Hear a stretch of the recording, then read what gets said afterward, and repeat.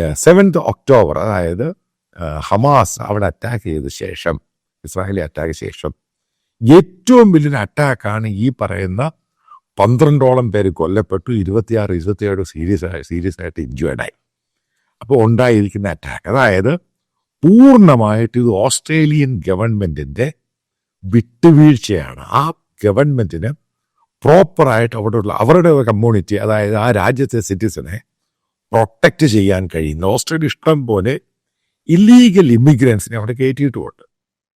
അവർ കാരണം ലേബർ പാർട്ടിയാണ് ഭരിക്കുന്നത്, ആ രാജ്യത്തിന് ആൾക്കാരെ വേണം, അവർ പല ആൾക്കാരെ ഇല്ലീഗലായിട്ടോ അല്ലാതൊക്കെ അവിടെ കയറിയിട്ടുണ്ട്.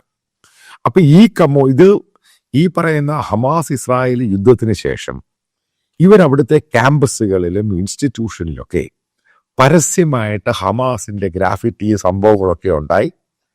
പരസ്യമായി ഹമാസിന് പിന്തുണയ്ക്കുന്ന റാലികൾ അവിടെ ഉണ്ടായി. ഇതിനെ ഒന്നും കൺട്രോൾ ചെയ്യാൻ വേണ്ടി ഈ പറയുന്ന ആന്റണി ആൽബനീസ്, അതായത് ഇപ്പോഴത്തെ കറണ്ട് മന്ത്രിസഭയ്ക്ക് കഴിഞ്ഞില്ല. അതിൻ്റെ പ്രത്യാഘാതമാണ് ഇത് നടന്നുകൊണ്ടിരിക്കുന്നത്. അതായത് ജൂയിഷ് കമ്മ്യൂണിറ്റി അവരുമായി ബന്ധപ്പെട്ട പല സർവേ റിപ്പോർട്ടുകളും ടൈംസ് ഓഫ് ഇസ്രായേലിലൊക്കെ പബ്ലിഷ് ചെയ്തിട്ടുണ്ട്. അതിനകത്ത് വലിയൊരു ശതമാനം ജൂയിഷ് കമ്മ്യൂണിറ്റിക്കും അവരവരുടെ ഐഡൻറ്റിറ്റി പുറത്ത് പറയാൻ ഓസ്ട്രേലിയയിൽ പേടിയാണ്. കാരണം എപ്പോഴാണ് ഇവർ അറ്റാക്ക് ചെയ്യുന്നതെന്ന് പറയാൻ പറ്റത്തില്ല. സ്ത്രീകൾക്കും അവരുടെ ഐഡൻറ്റിറ്റി പുറത്ത് പറയാൻ പേടിയാണ്.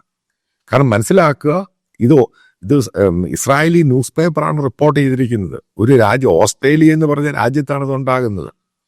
അതേപോലെ തന്നെ അവിടെയുള്ള ക്രിസ്ത്യൻ കമ്മ്യൂണിറ്റിക്കും അവർക്ക് അവരുടെ ചർച്ചകളിൽ പോകാൻ പോലും ഇവരുടെ അടുത്തുകൂടുള്ള, കാരണം ഇവരുടെ നെയ്ബർഹുഡ്, ഇസ്ലാമിക വിശ്വാസികൾ താമസിക്കുന്ന നെയ്ബർഹുഡിൽ കൂടെ ചർച്ചകളിൽ പോകാൻ പോലും പലർക്കും പേടിയാണെന്ന് പല റിപ്പോർട്ടുകളും വരുന്നുണ്ട്.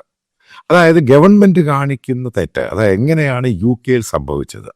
നിങ്ങൾക്കറിയാം, UK അവിടെ സിനഗോഗിൽ ഇതേപോലൊരു ടെററിസ്റ്റ് വന്ന് ഒരാൾ കത്തി കൊണ്ട് അറ്റാക്ക് ചെയ്യുന്നു, കൊല്ലുന്നു. കാരണം ഒരാൾ 3ഓളം പേരാണ് കൊല്ലപ്പെട്ടത്. മനസ്സിലാക്കുക, അതേപോലെ അതിനേക്കാളും ഭീകരമായ സംഭവമാണ് ഓസ്ട്രേലിയയിൽ ഉണ്ടായിരിക്കുന്നത്. അതായത് ഓസ്ട്രേലിയയിൽ എന്ന് പറയുന്ന രാജ്യത്ത് സ്വതന്ത്രമായിട്ട് വളരെ പ്ലൂറൽ സൊസൈറ്റിയാണ്, സെക്യുലറാണ്, എല്ലാ രീതിയിലുള്ള ലാംഗ്വേജിനെയും മതത്തെ എല്ലാം അംഗീകരിക്കുന്നവരാണ്.